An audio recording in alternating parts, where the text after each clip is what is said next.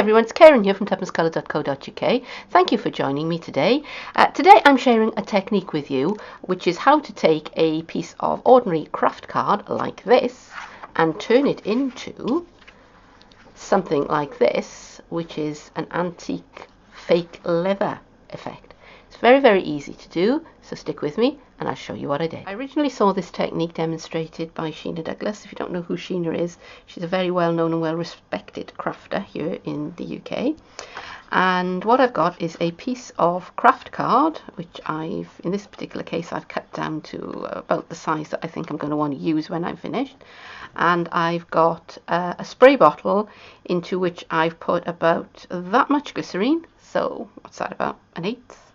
And then topped it up with water and give it a good shake. And I'm going to spray my card with the glycerine solution. Now, best place to get glycerine is from the pharmacy. You can get it in the cake decorating aisle, but it does tend to be a bit more expensive. You can also get it from online. Buy a big bottle of it, and when you do it that way, it's very, very inexpensive. If you buy it from the cake decorating aisle, it tends to be more expensive. So I'm just caressing my card, smoothing my card. I'm just rubbing the glycerine into the card. And I'm going to turn it over, and I'm going to do the same on the other side. And I'm just rubbing it in.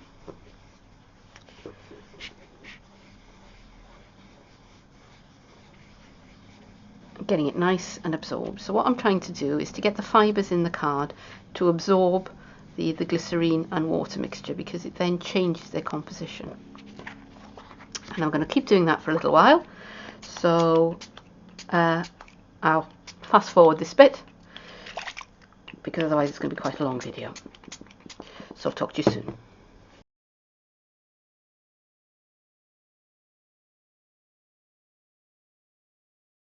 Alright, I just want to come back in at this point and just show you how the card is beginning to soften up. I've got here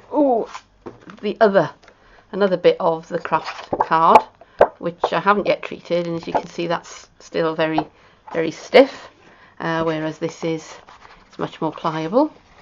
And the other thing I want to notice is that it's now developing two definite sides. This side is more, I don't know how to describe it, it's smoother, it's got a better grain, whereas this side is more suedey and it's a slightly different colour. I don't know how well you can see that. If I do that, you can definitely see a difference there. So this is probably going to be the inside of whatever I do when I finished.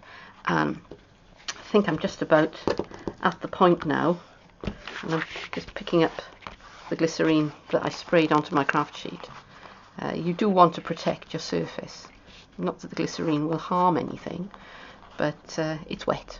So anything that's likely to be damaged by water, you want to protect. The other thing is, if you're worried about your hands, if you've got sensitive skin, then by all means do wear gloves. But what most people find is that glycerine actually softens your hands, because it's a common component in hand creams and hand lotions. Alright, so now I'm going to start distressing my card, and I'm going to crumple it up. Something very satisfying about this. And the more I crumple and scrunch,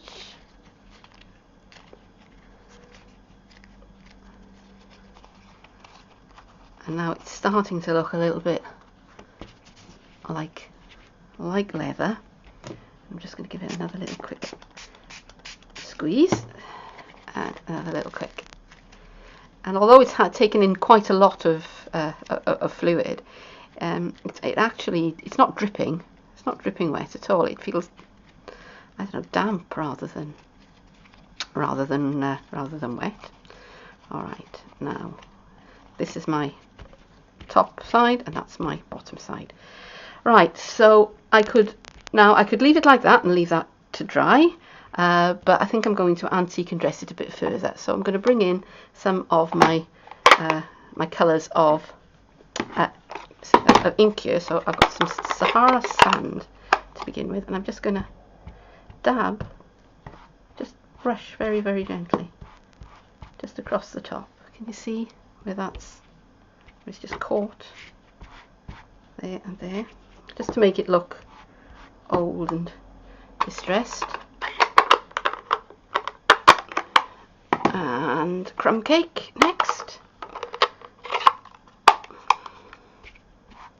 I'm going to be quite gentle with this because this is quite dark. I don't want that too much, but if you wanted to look very old and aged and dirty, then by all means go ahead and knock yourself out. Be my guest. At the end of the day, it's your project. Have fun with it. There are no rights or wrongs. There are just changes of design direction. And the last one is Tip Top Taupe. So there are 3 cool browns, I would say. And just to blend it all in a bit further, I'm giving it one last spritz. And now that is nice and soggy. And one last squish. And actually, I think I'll pick up these bits. Okay. So that is now looking very aged and very grungy. So I'm going to put that on one side to dry. It doesn't take very long, a couple of hours. But this has had plenty of time to dry now, and as you can see, it's now very, very pliable. I can roll it up into a ball and I can scrumple it up, and it's absolutely fine. So it now does look to me very ratty old leather, and I could use it like that if I wanted to. But actually, I think I'm going to treat it a bit more. So I want a bit more colour on it. I want to deepen the colour a bit. So I've got my crumb cake ink pad. Now you can use any colour that you like. So if you wanted it to be red leather, you could use a red ink pad. If you wanted green, you could use a green ink pad. I'm going for a natural brown look. As you can see, I've already started in that corner a little bit. You can see a little bit of difference. And I'm just sponging over the top. Something else I could have done while it was still damp was I could have run it through an embossing folder to give it an embossed patterned look. But on this occasion, I didn't want to do that. I wanted to just do it. So can you see the difference, how the colour is deepening and coming out? And it only takes a couple of minutes to do, and I think it's worth it actually.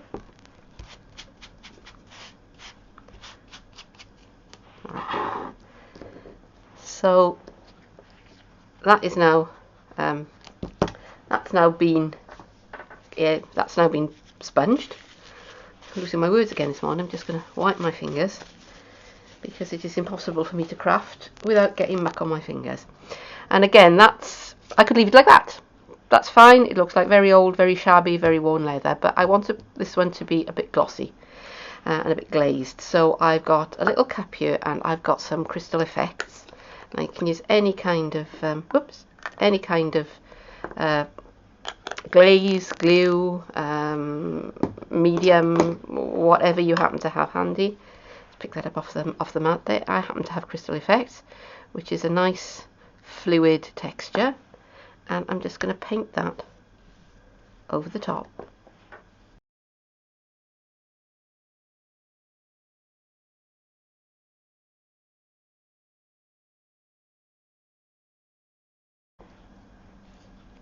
So that is now nice and shiny, and I'm going to go away and let that dry up, and then I'll come back and show you the finished piece. This has now had time to dry, and it's now ready to be used in whatever project I might want to use it in.